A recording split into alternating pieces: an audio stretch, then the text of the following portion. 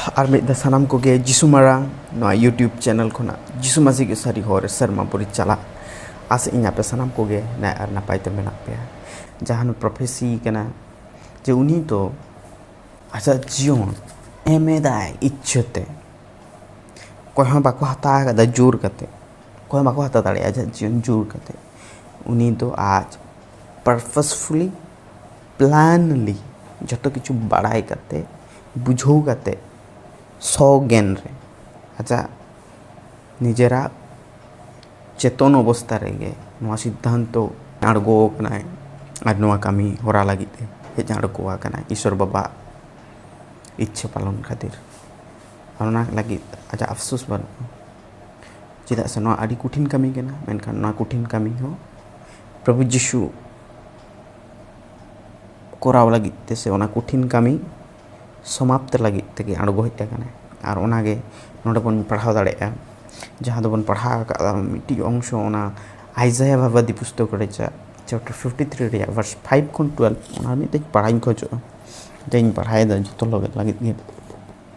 But he was wounded for our transgression, he was bruised for our iniquities. The chastisement for our peace was upon him, and by his stripes we are healed. All we like sheep have gone astray, we have turned everyone to his own way. The Lord has laid on him the iniquity of us all. ᱱᱚᱰᱮ ᱪᱮᱫ ᱢᱮᱱᱮᱫᱟ ᱡᱮ ᱟᱵᱚ ᱥᱟᱱᱟᱢ ᱠᱚᱵᱚᱱ ᱯᱟᱯ ᱟᱠᱟᱫᱟ ᱵᱚᱱ, ᱠᱟᱹᱭ ᱟᱠᱟᱫᱟ, ᱤᱥᱥᱚᱨ ᱠᱷᱚᱱᱟᱜ ᱵᱚᱱ ᱥᱟᱺᱜᱤᱧ ᱟᱠᱟᱱᱟ᱾ ᱟᱨ ᱚᱱᱟ ᱠᱟᱹᱭ ᱠᱚ ᱠᱷᱟᱹᱛᱤᱨ ᱜᱮ ᱟᱵᱚᱣᱟᱜ ᱟᱨ ᱤᱥᱥᱚᱨᱟᱜ ᱥᱟᱹᱜᱟᱹᱭ ᱛᱚᱯᱟᱜ ᱟᱠᱟᱱᱟ, ᱟᱵᱚ ᱟᱹᱰᱤ ᱥᱟᱺᱜᱤᱧ ᱵᱚᱱ ᱫᱟᱹᱲ ᱦᱮᱡ ᱟᱠᱟᱱᱟ᱾ ᱟᱨ ᱚᱱᱟ ᱠᱟᱹᱭ ᱨᱮᱱᱟᱜ ᱠᱩᱲᱟᱹᱭ ᱟᱵᱚ ᱠᱚ ᱪᱮᱛᱟᱱ ᱨᱮ ᱦᱮᱡ ᱵᱟᱵᱚᱫ ᱥᱮ ᱟᱵᱚ ᱪᱮᱛᱟᱱ ᱨᱮ ᱦᱮᱡ ᱟᱬᱜᱚ ᱡᱟᱭᱜᱟ ᱵᱚᱫᱚᱞ ᱠᱟᱛᱮ ᱚᱱᱟ ᱠᱟᱹᱭ ᱨᱮᱭᱟᱜ ᱠᱩᱲᱟᱹᱭ ᱚᱠᱚᱭᱟᱜ ᱪᱮᱛᱟᱱ ᱨᱮ ᱞᱟᱫᱮᱜ ᱠᱟᱱᱟ? ᱱᱩᱭ ᱢᱟᱥᱟᱭᱟᱜ ᱪᱮᱛᱟᱱ ᱨᱮ, ᱯᱨᱚᱵᱷᱩ ᱡᱤᱥᱩ ᱢᱟᱥᱤᱭᱟᱜ ᱪᱮᱛᱟᱱ ᱨᱮ ᱞᱟᱫᱮᱜ ᱠᱟᱱᱟ᱾ He was oppressed and he was afflicted, yet he opened not his mouth. He was led as a lamb to the slaughter, and as a sheep before its shearers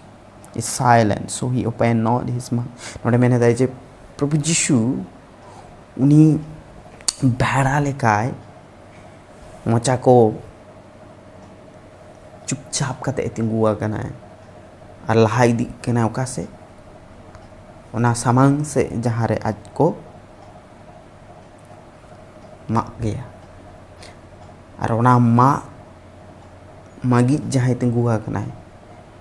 ᱚᱱᱟ ᱢᱟᱜ ᱵᱮᱫᱤ ᱥᱮᱫ ᱞᱟᱦᱟ ᱤᱫᱤᱜ ᱠᱟᱱᱟᱭ᱾ ᱟᱨ ᱱᱚᱣᱟ ᱫᱚ ᱟᱵᱚ ᱵᱚᱱ ᱧᱮᱞ ᱧᱟᱢᱟ, ᱚᱱᱟ ᱪᱤᱛᱨᱚ ᱠᱟᱱᱟ, ᱚᱱᱟ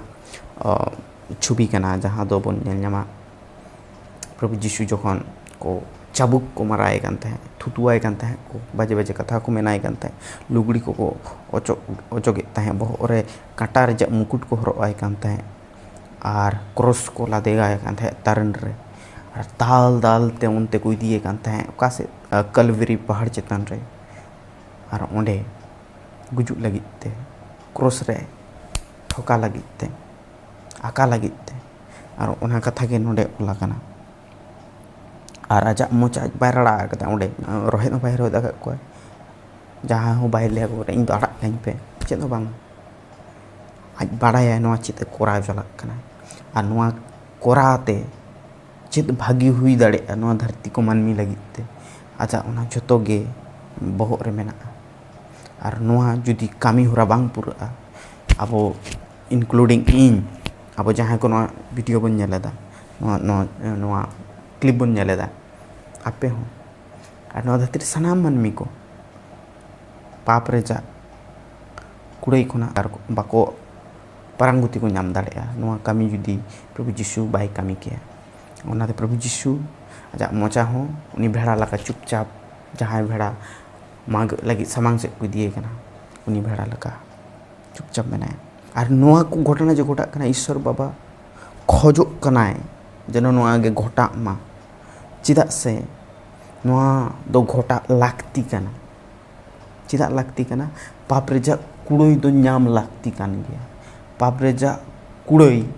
जहाँ बाको नामा ओंडे दो जस्टिफिकेशन बांग हुई दाड़ेगा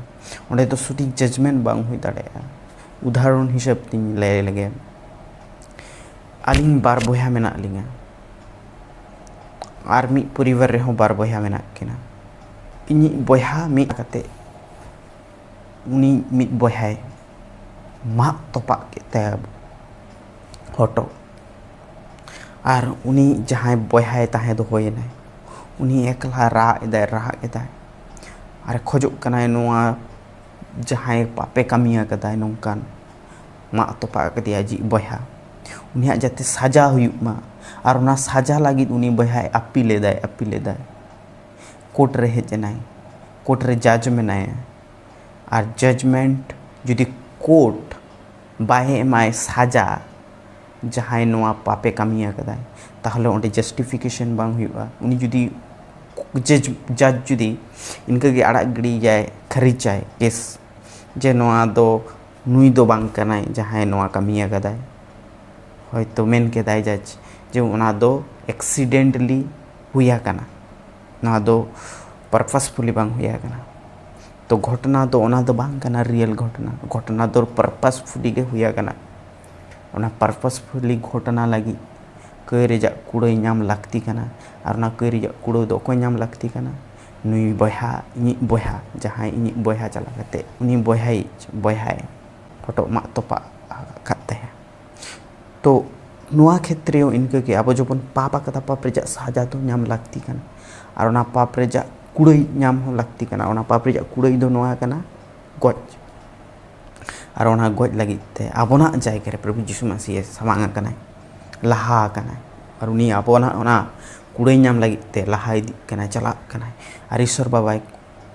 जेहेतु उनी राइचियस जज कना जहाँ नुआ बाय दापाल दाड़े नुआ पाप रेजा कुड़ाई कई रेजा कुड़ाई दो नाम लागती कना और ना कई रेजा कुड़ाई दो आजी हपन चेतान रे लादेदा से तो ओना हो जुदी इन बोया जायगा रे इनिन हताया ताहले साजा दुñ नामे कैसे इनिन चुकायदा ओनाते इन बोया बाय नामे मेनखान नुआ क्षेत्र हो आबोआ साजा आबो बांग नाम कते प्रभु यीशु नामेदाय मेनखान चुकाग कना और ओना खातिर गे प्रभु यीशु आबोना जायगा रे आज हेज आंगोआ कना गजो लगिते और आज लहा इदी कना और ओना आज चेतान रे लादे कावनाय और नुआ प्रोफेसी रे फुलफिलमेंट एसाया 53 वर्स 5 to 12 रे ओकरे बन नाम दाड़े रोमांस रे जहाँ दो नवा नियम रे रोमांस चैप्टर 5 वर्स 6 to 8 तखन अब पाप रे बन ताहें कना और प्रभु यीशु ओना कई रे कुड़ाई आज चेतान रे लादेयाना आज आतांगाना और आबोना गजो जायगा रे आज गजना और ओना प्रोफेसी रे फुलफिल रे उद्देश्य दो निये ताहें कना जे प्रभु यीशु जानाम दो टटका गे हठात गे बांग हुया कना जे अकोय हं बाको बाड़ाया उनिया जानाम लहारे 700 800 1000 बछर लहारे प्रोफेसी कना ने मेना कना जे नोंकानी मी होड़ मासाया हिजुक कना जहां दो नोंका जानामो आय नोआ जायगा रे जानामो आय नोंका पाप रेना कुड़ाई आज चेतान रे लादे काते ए गजु आय आज जीवने आलाया और आज आरो तोपा आय तोपा कोना ए बेरेत रकाब आय और आज जीवन आज सो इच्छाते से निजर इच्छाते गे आलाया और ओना का लेका गे नोआ घटना नोडे बन नेल नामेदा निना गान प्रोफेसिस आ तेहेना वीडियो दो नोडे गे निंके गे ताहेना सनाम को गेर मिद धाव जिसु मारा चैनल बन सब्सक्राइब दो कामा सनाम को गे जिसु मारा।